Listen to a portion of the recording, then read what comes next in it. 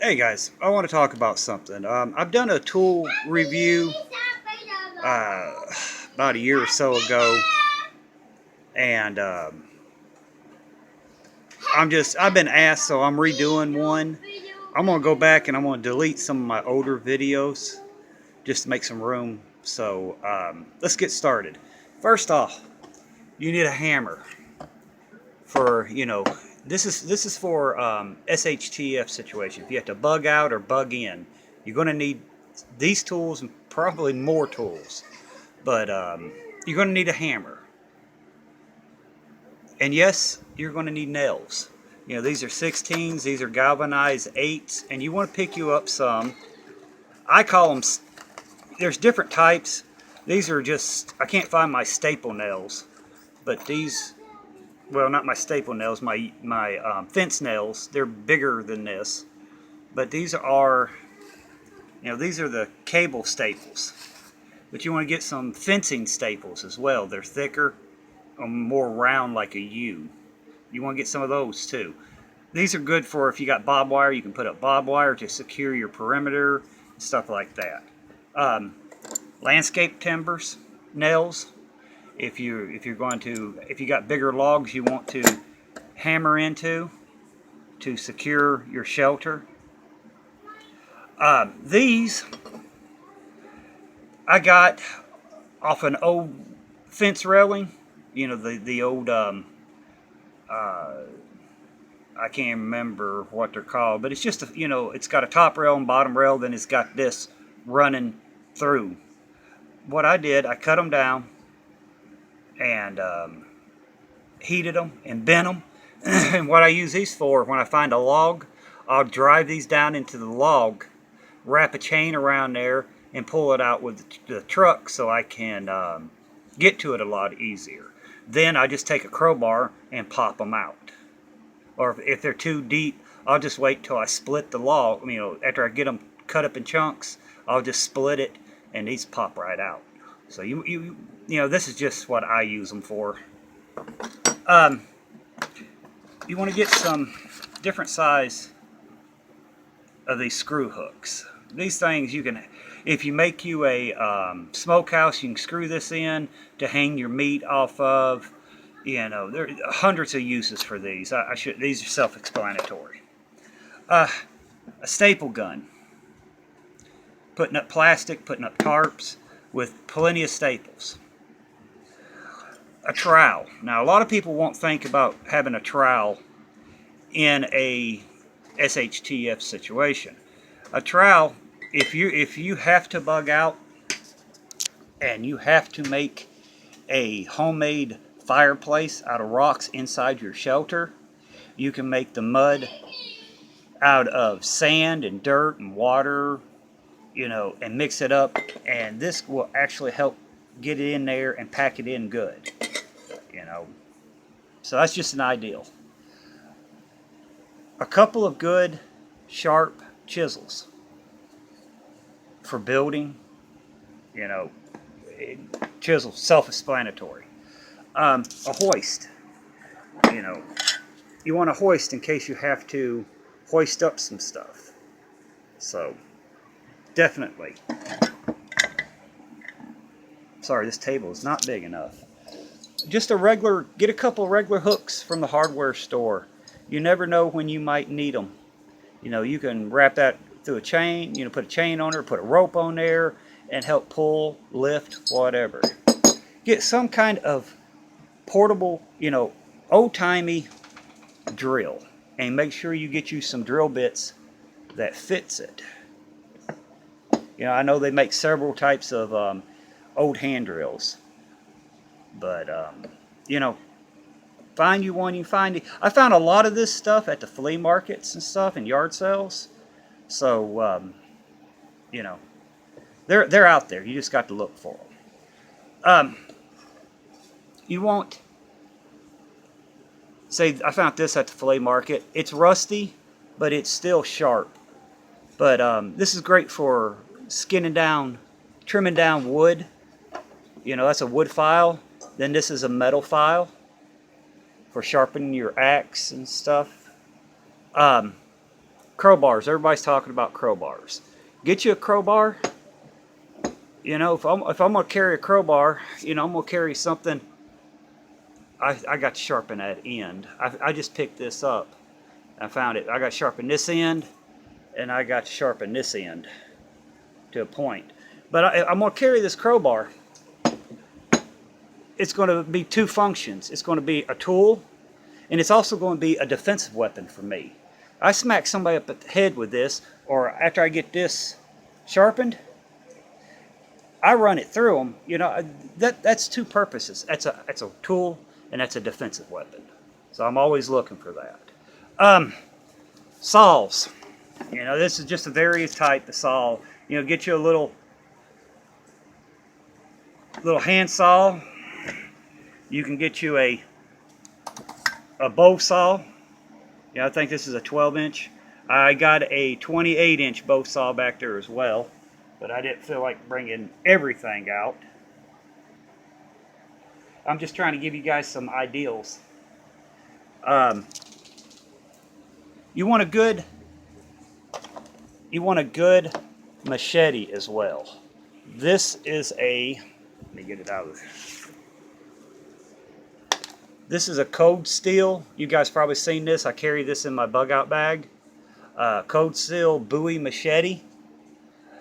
You can get it razor sharp, and that end right there, this end right here is also sharp. Great for hacking, you know, brush, underbrush, vines, whatever. You know, get you a good one that you can keep sharp. Trying to make some room here because I got some more stuff coming here so you guys can see without me getting cut. But another thing, I've had this for a long time. Get you a draw knife. You will be amazed at how important a draw knife will be. Making axe handles, hammer handles, hatchet handles, pegs for beating in, you know, securing your shelter. You'll be surprised that how important that will be.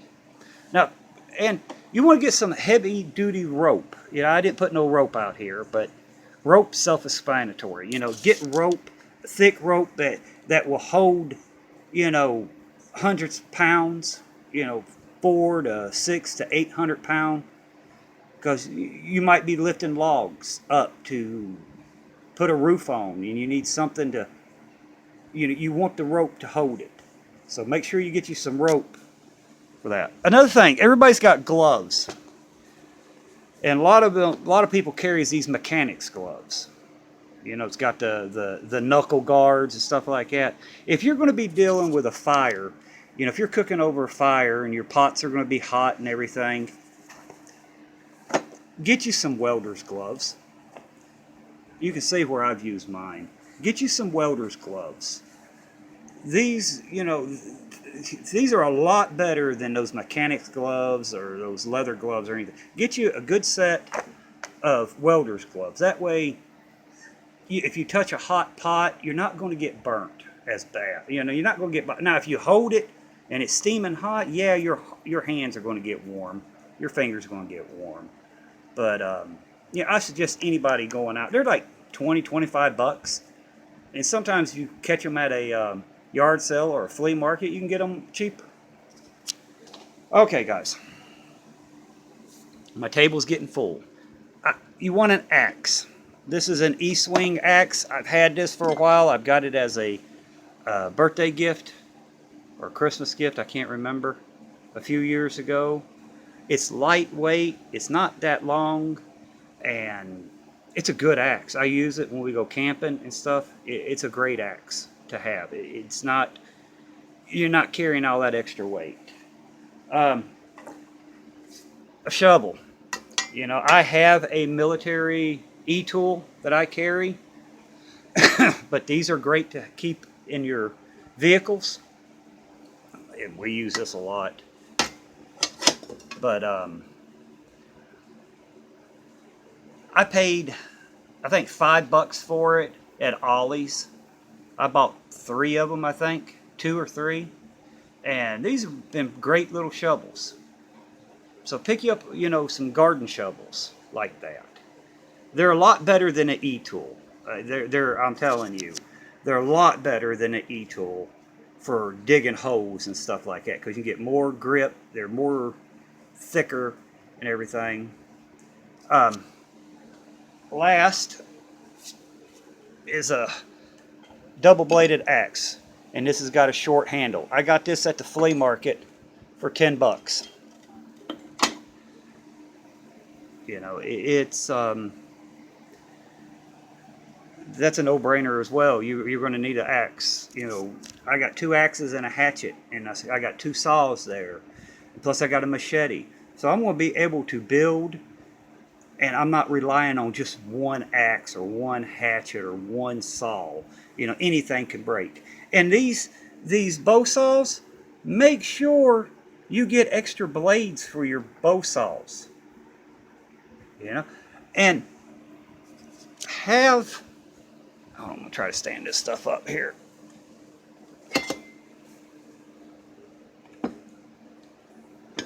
Without everything collapsing on me. Throw that down there. But your nails. You want nails to build because you don't want to be out there tying and tying and tying with rope, and a good strong wind comes down and could fold your shelter up on into itself because of the rope. If you nail it, it's secure. And if in a shovel, you want a shovel so that way your corner post, you can dig a hole, put it down in there, and secure it, with dirt and rocks, and make it secure so you can build off of it. I've seen these guys just throw up, shelters just on the ground, and if a good strong wind comes by, yeah, they got the ridge pole secured between trees, but I want my corner post in the ground secured. That's just me. But this is just a little bit of an ideal of the tools you should have set back. Like I said, you can buy them brand new. You can find them at flea markets. You can find them at yard sales. But just, get them because you never know if something does happen and there's no power, there's no electricity, there's no gas, you're going to have to convert back to the old ways of doing this, building stuff.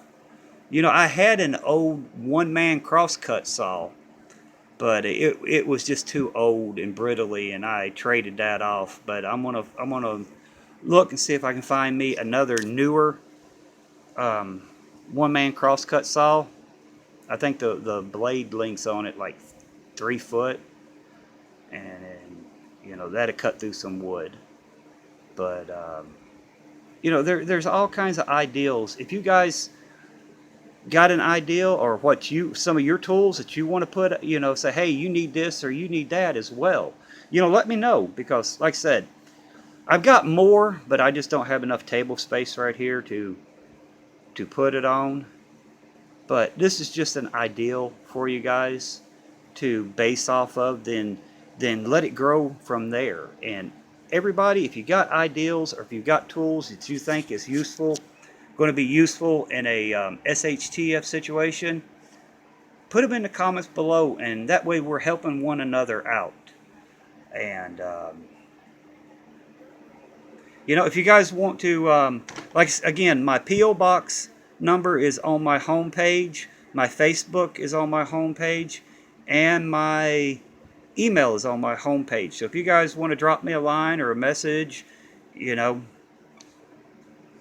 I've had a couple of people asked about it, and it's there on my homepage under About. So all the information's there. And I will be having the drawing for the book tonight, because I got I'm going to do a short video on an item that I think is important in a SHTF situation I haven't heard a lot of people talk about. And I'm going to have Aries draw the name for everybody. But guys, tell me what you think. Tell me if this is, do you guys think this is a good tools to have in a SHTF situation? Do you think they're bad tools to have?